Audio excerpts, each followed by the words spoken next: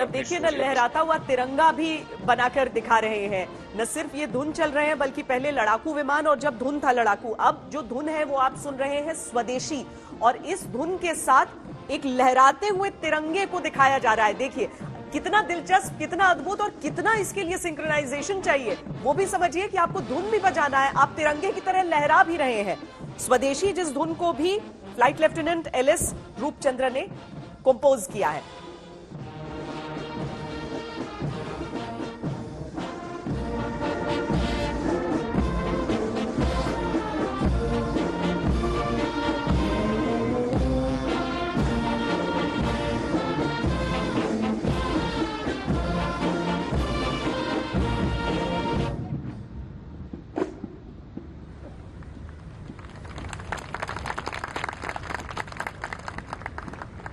इसके बाद अब सुनेंगे आप अमर चट्टान।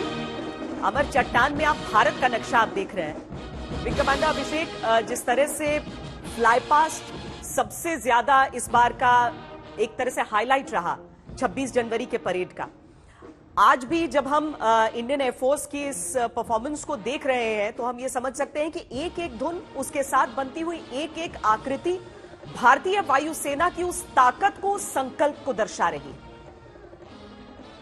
बिल्कुल, ये जरूर कहना चाहूंगा, और बहुत ही सुंदर तारतम्य आपस में बिठाते हुए, जिस तरीके से इतना जिस तरह पानी का बहाव होता है उस तरह एक फॉर्मेशन से दूसरे फॉर्मेशन में इतना स्मूथली ये जो ट्रांजिशन कर रहे हैं, देखते ही बनता है। बहुत बहुत खूबसूरत। और ये परिणाम है, जैसा जनरल सहाय ने पहले भी बताया, कि बहुत निरंतर परिश्रम और इतनी सघन प्रैक्टिस के बाद जो पिछले कई महीनों तक हमारे जवान करते हैं, और इनके डायरेक्ट जो कंडक्टर होते हैं उनका भी हमें बिल्कुल पूरा श्रेय उनको भी देना होगा, बिकॉज उनका जो जिस तरह से अपने स्टाफ को डायरेक्ट करते हैं वो क्लियर सिग्नल्स होते हैं, और जितना अच्छी तरह से वो इनको डायरेक्ट करेंगे।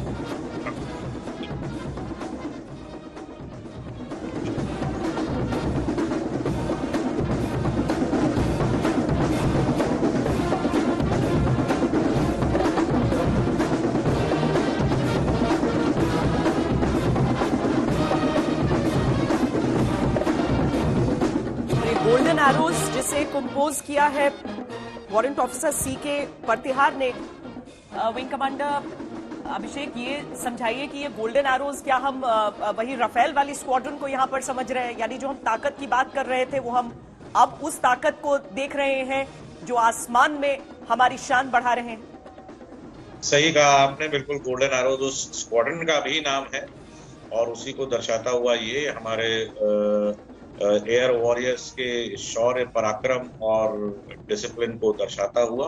और आज़ादी के बाद से जितने भी युद्ध हुए हैं उनमें डेफिनेटली वायुसेना ने हर किसी युद्ध में अपना एक बहुत विशेष योगदान रहा है, जिसकी वजह से हमें उस तरह की जीत हासिल हुई इन युद्धों में। और यही दर्शाते हुए इस वक्त ये वायुसेना बैंड की जो टुकड़ी है, बहुत ही सुंदर दृश्य।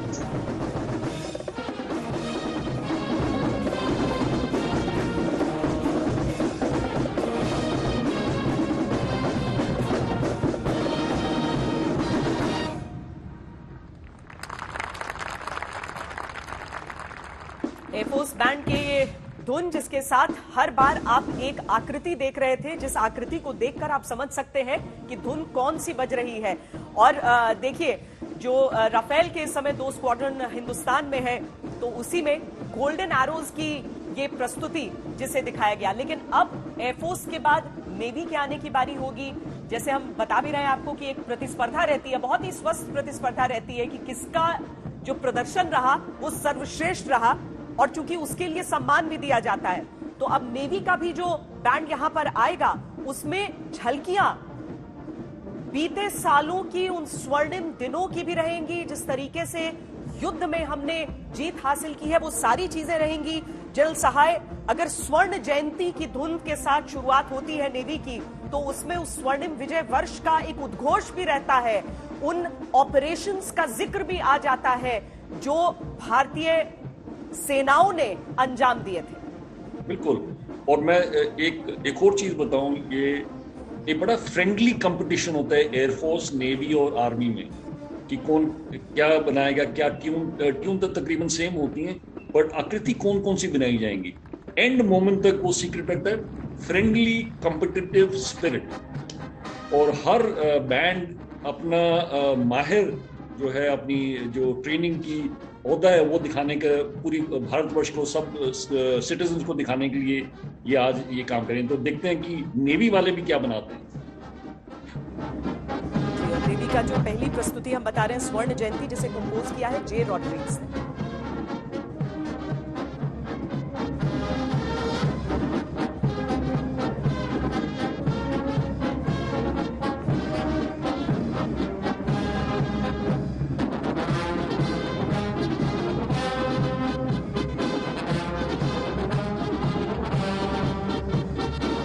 आप जो नौसैनिकों के कंधे पर, उनके बाजुओं पर जो प्रतीक चिन्ह देखते हैं उनकी वर्दी के साथ, आप उन प्रतीकों को भी इसमें ढूंढिए।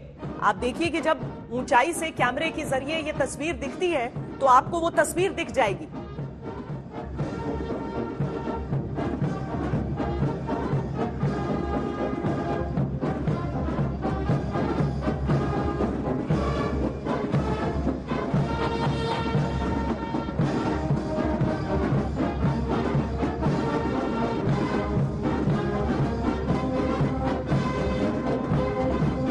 भारतीय नौसेना ने 1971 के युद्ध में जिस तरीके से दोनों मोर्चों पर, यानी पूरब और पश्चिम दोनों मोर्चों पर पाकिस्तान से लोहा लिया था, जिस तरीके से ऑपरेशन पाइथन, ऑपरेशन ट्राइडेंट, और साथ ही जिस तरीके से हमारी पनडुब्बियों ने पाकिस्तान को ही न केवल चैलेंज किया था बल्कि दुनिया की महाशक्ति अमेरिका को भी खौफ में लौटने पर मजबूर कर दिया था, ये आप उसकी प्रस्तुति एक तरह से देख रहे हैं, क्योंकि उस स्वर्णिम विजय को याद करती हुई यह पहली प्रस्तुति।